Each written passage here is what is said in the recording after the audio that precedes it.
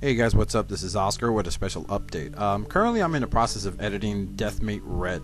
Now for those of you who don't know what Deathmate Red, that's what the purpose of this video is for. I'm going to give you a quick story on how I got my whole set of it and pretty much what it's about.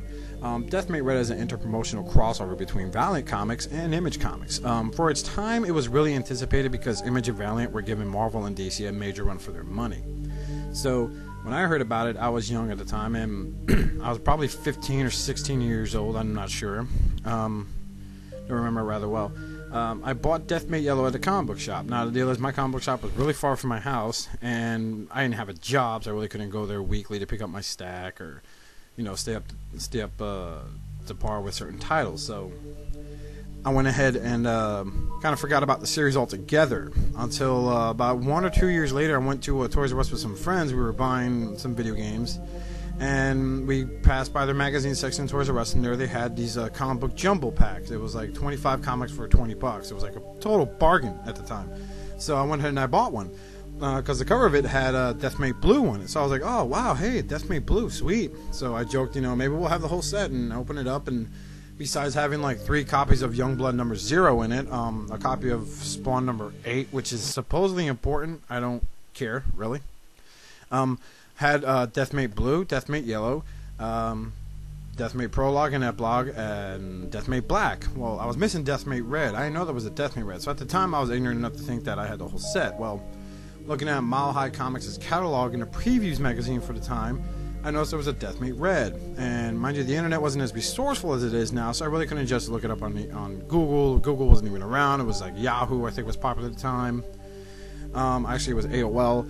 So, like, you know, I was really limited to how I could search on the internet. So finally, as years went by, I figured, well, let me try checking out. Mile High Comics is a very popular back issue archive store. So as I looked them up, you know, Mile High Comics wanted like $7 for Deathmate Red. I was like, screw that, even for one in decent condition. I actually got my copy of Deathmate Red from Amazon.com. It was in fair condition, a few bent quarters, kind of tear in the border, you know, and I ended up actually paying $1 for it, as well as for shipping and handling. It turned out to be like $4, which means I still saved 95 cents off the cover price. So, you know, $4.95 and 93 money. You know, this is 1993 money. I make that joke with Brown Coat Eric when he and I spoke about this.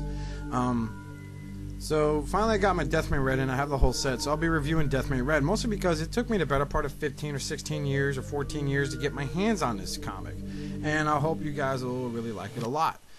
Yeah, and for the record, one more thing, I've noticed there a lot of guys are going to Path of Linkara and bashing Rob Liefeld.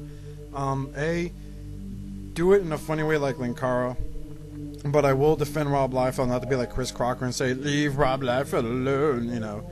I'm just saying, the guy was not a good artist back then. Everyone has their faults. All artists have their shitty days.